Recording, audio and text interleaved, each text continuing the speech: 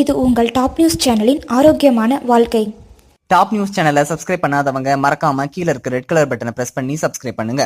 மேலும் செய்திகளை உடனுக்குடன் அறிய பக்கத்துல இருக்க பெல் பட்டனை பிரஸ் பண்ணுங்க.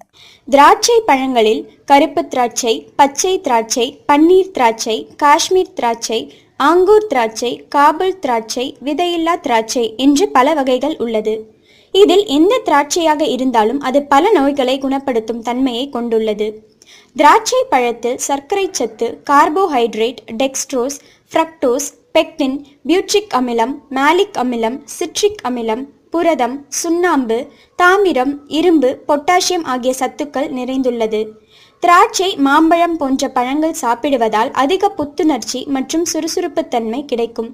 எனவே இப்பழங்களை இரவில் சாப்பிடக்கூடாது, ஏனெனில் அதனால் தூக்கமின்மை ஏற்படும்.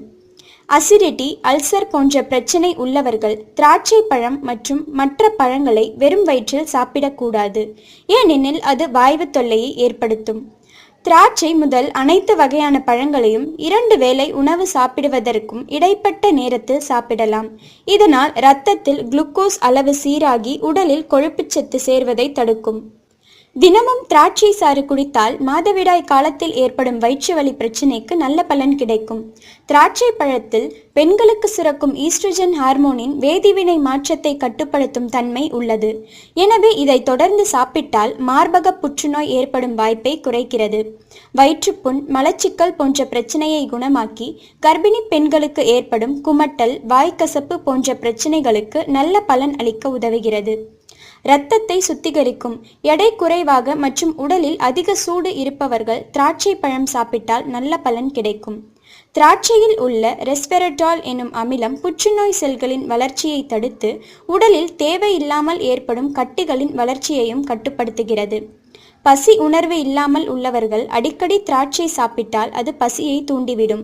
அதனுடன் வயிறு மற்றும் குடலில் உள்ள கோளாறுகளை குணமாக்க உதவுகிறது. ஒரு கைப்பிடி அளவு திராட்சையை அரைத்து முகத்தில் தடவி 15 நிமிடங்கள் கழித்து கழுவி வந்தால் சருமத்தில் உள்ள இறந்த செல்கள் சுருக்கம் நீங்கி சருமம் பொலிவாகும். இது போன்ற மருத்துவ குறிப்புகளை மேலும் அறிந்து கொள்ள எங்கள் சேனலை சப்ஸ்கிரைப் செய்யுங்கள். இந்த வீடியோ பற்றிய உங்கள் கருத்துக்களை கமெண்ட் பாக்ஸில் தெரிவியுங்கள். நன்றி, வணக்கம்.